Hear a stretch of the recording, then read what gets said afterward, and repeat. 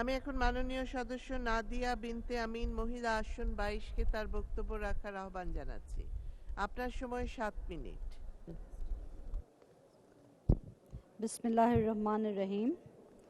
ধন্যবাদ মাননীয় স্পিকার।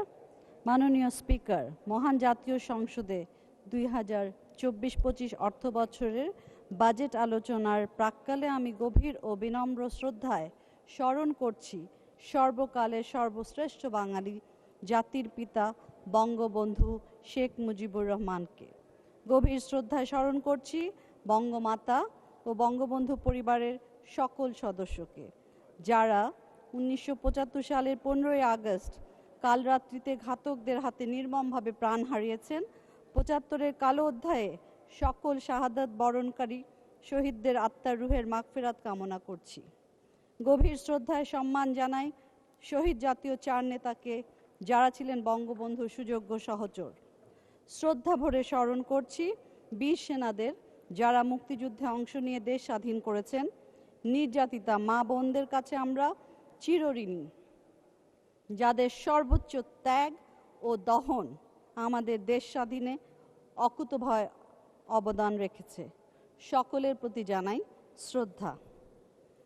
শ্রদ্ধা ও সম্মানে অবনত হই লাল সবুজের পতাকার কাছে।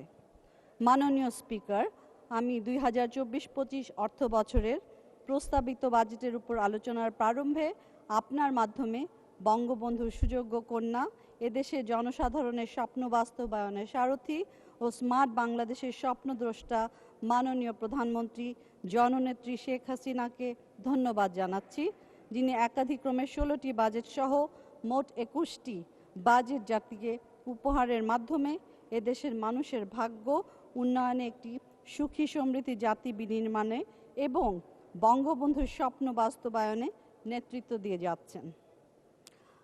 আমি ধন্যবাদ ও অভিনন্দন জানাতে চাই অর্থমন্ত্রী জনাব আবুল হাসান মাহমুদ আলী, যিনি বঙ্গবন্ধু কন্যার একজন সুযোগ্য সহযোদ্ধা হিসেবে বাংলাদেশের 53তম বাজেট এই সংসদে উপস্থাপন করেছেন।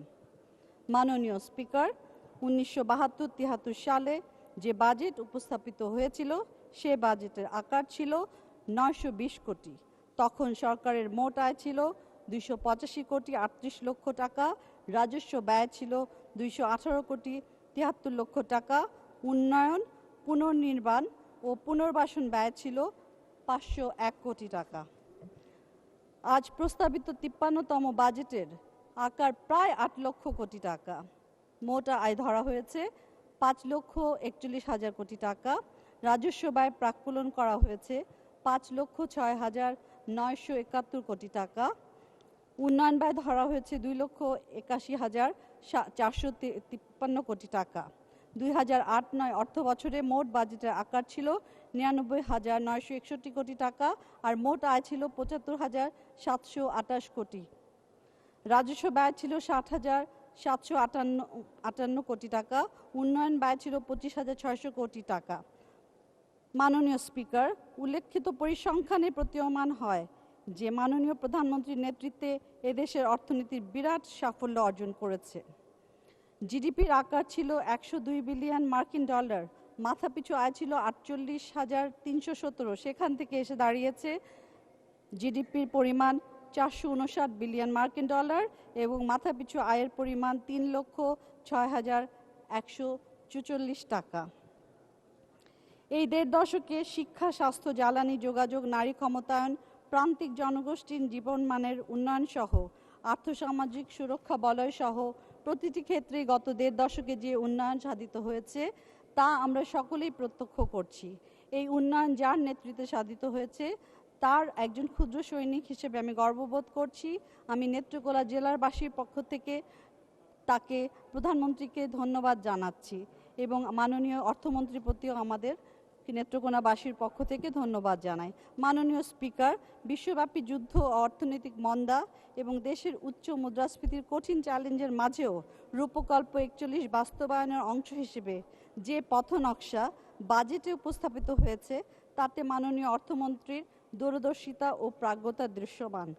বাস্তবতাকে পাশ কাটিয়ে নয়, বরং বাস্তবতাকে মেনেই একদিকে উচ্চ মুদ্রাস্ফীতি নিয়ন্ত্রণের লক্ষ্যে যেমন সংকোচনমূলক বাজেট প্রণয়ন করা হয়েছে, অন্যদিকে তেমনি শিক্ষা, চিকিৎসা, কৃষি, জ্বালানি, সামাজিক সুরক্ষা ইত্যাদি খাতে ব্যয় বরাদ্দ বৃদ্ধি করে জনকল্যাণমূলক, ভারসাম্যমূলক একটি বাজেট মাননীয় অর্থমন্ত্রী জাতিকে উপহার দিয়েছেন।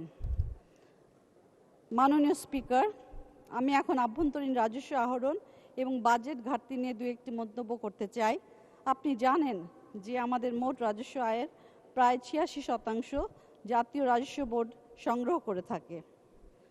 করোনা অতিমারি পরবর্তী অভিঘাত এবং বিশ্বব্যাপী বিভিন্ন আঞ্চলিক কারণে যুদ্ধের বৈশ্বিক অর্থনীতির অস্থিতিশীলতা ও মন্দার মাঝেও রাজস্ব বোর্ডের রাজস্ব সংগ্রহের অগ্রগতি সন্তোষজনকভাবে এগিয়ে চলেছে। জিডিপির প্রায় ৩% প্রত্যক্ষ কর ব্যয় ডাইরেক্ট ট্যাক্স এক্সপেন্ডিচার হওয়া সত্ত্বেও বিগত কয়েক বছর ধরে রাজস্ব প্রবৃদ্ধির হার 15 থেকে 17% কাছাকাছি। এই জন্য জাতীয় রাজস্ব বোর্ডকে আমি ধন্যবাদ জানাই।